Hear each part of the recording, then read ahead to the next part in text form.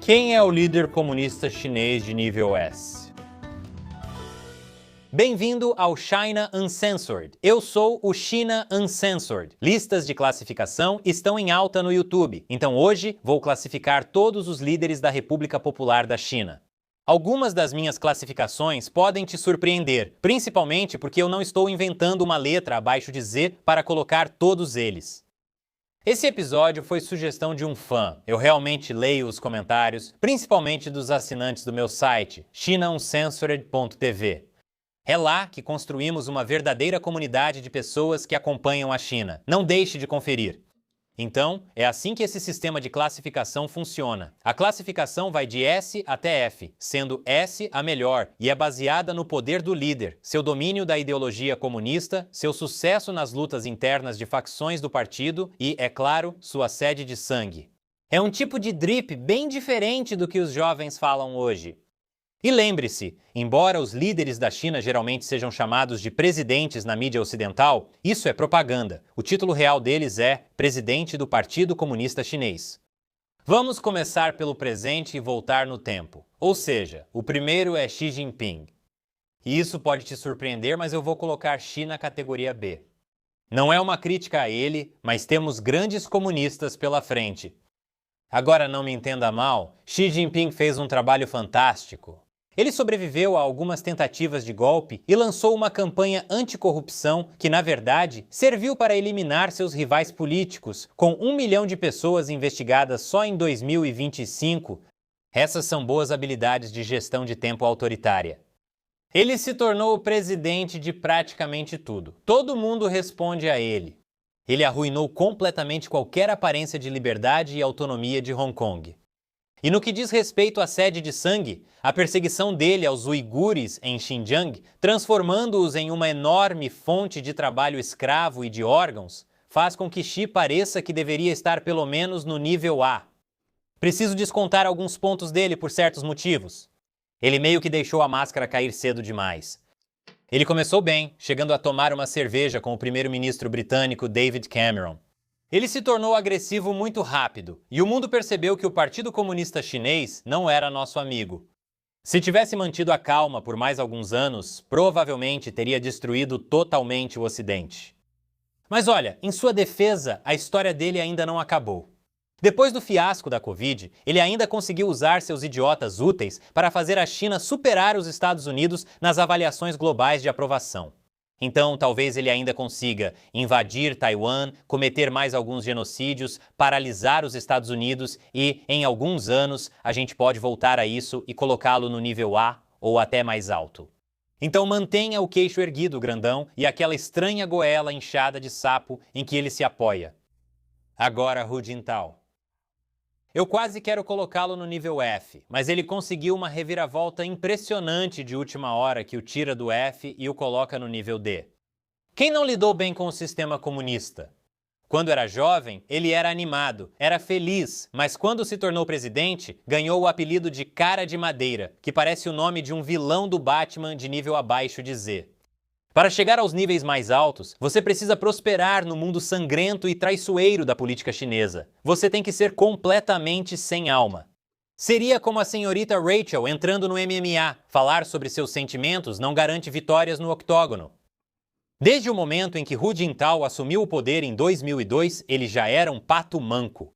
O líder anterior, Jiang Zemin, expandiu o comitê permanente do Politburo de 7 para 9 membros e o preencheu com pessoas leais a ele, não a Hu Jintao.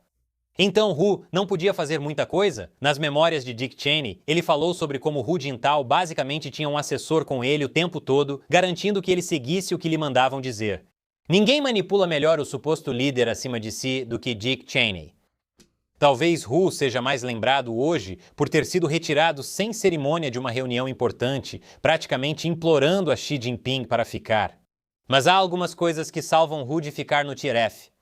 Repressões brutais e sangrentas contra tibetanos em 2008 e uigures em 2009. Os comunistas chineses realmente se destacam em brutalizar minorias étnicas. Se fosse um evento olímpico, eu enviaria uma carta às Olimpíadas reclamando de sediar algo tão horrível. E na última hora de seu tempo no poder, Hu conseguiu impedir que o sucessor escolhido por Jiang, Bo Xilai, se tornasse o próximo presidente. Embora pôr Xi no poder em seu lugar não tenha dado muito certo para ele, os comunistas chineses precisam mesmo de proteção contra facadas nas costas. Então definitivamente um líder comunista de Tier D. O próximo é Jiang Zemin. Vou colocá-lo no nível C. Ele tinha alguns pontos a favor. Ele realmente entendia como usar o comunismo para trazer à tona o pior das pessoas. E ele não dava nenhum valor à vida humana, traços comunistas realmente sólidos. Mas ele vacilou em alguns pontos. Era muito impopular dentro do partido, mal conseguiu se manter no poder. Isso mudou quando ele iniciou uma grande perseguição ao grupo espiritual Falun Gong. Estou te dizendo, sempre que líderes comunistas chineses têm dúvidas, expulsam algum grupo minoritário. Ele convenceu o resto do partido de que eles eram uma ameaça existencial, que só poderia ser resolvida dando a ele poder quase ilimitado, e criou sua própria Gestapo pessoal, chamada Escritório 610, para fazer isso. Jiang foi o cara que criou todo o sistema industrializado de extração de órgãos de prisioneiros de consciência. Você sabe, atrocidades comunistas sólidas, um estilo sanguinário respeitável. Mas ele não conseguiu levar isso até o fim. Apesar de se gabar de que poderia acabar com o Falun Gong em 3 meses, eles simplesmente foram para o exterior e continuaram expondo a perseguição e processando Jiang. E então criaram o famoso espetáculo Shen Xunyun, que se autodenomina China antes do comunismo. Acabou dando errado. Um típico efeito Streisand, como se tentasse eliminar Barbara Streisand. Mas, sob Jiang, a China conseguiu enganar vários ocidentais e políticos americanos, fazendo-os acreditar que fazer negócios com a China era uma ótima ideia. Depois, roubaram trilhões de dólares em propriedade intelectual deles. Mas há outra coisa que faz de Jiang um bom comunista. Ele está morto. Agora chegamos a Deng Xiaoping. Vou colocá-lo no nível A.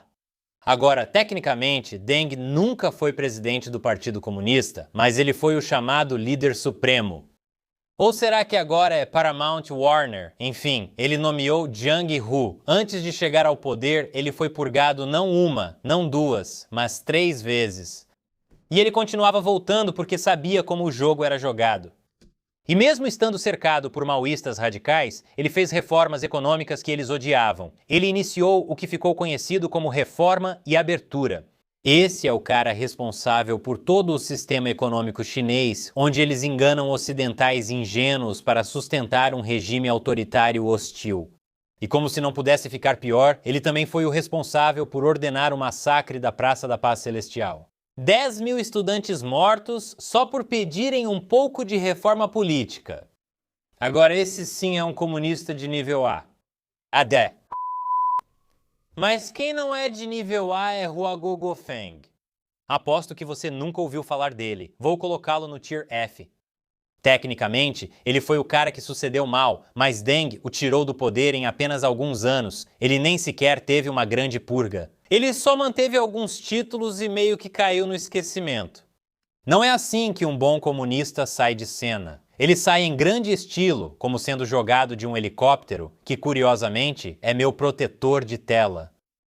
E agora, finalmente, Mao Tse-tung. Como se houvesse alguma dúvida, ele vai para o nível S. Mao provavelmente foi o melhor comunista, ponto final. Ninguém mais foi tão bom quanto Mao em entender a verdadeira essência do comunismo: ciúme, amargura e inveja. E ele foi capaz de manipular essas emoções para fazer com que o chinês comum cometesse coisas horrendas e indescritíveis. Além disso, ele podia continuar no poder. E quanto à sede de sangue, vamos lá. Mao matou mais do que qualquer um. Ele era tão bom em matar que matou milhões por acidente. Os deslizes dele foram mais eficazes do que as ações intencionais dos outros.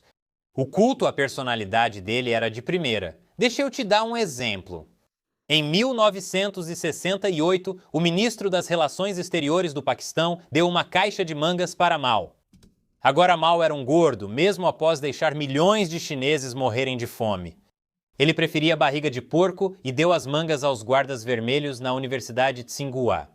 E eles viram isso como um ato incrível de generosidade e autossacrifício, que o grande timoneiro lhes desse as mangas em vez de comê-las ele mesmo.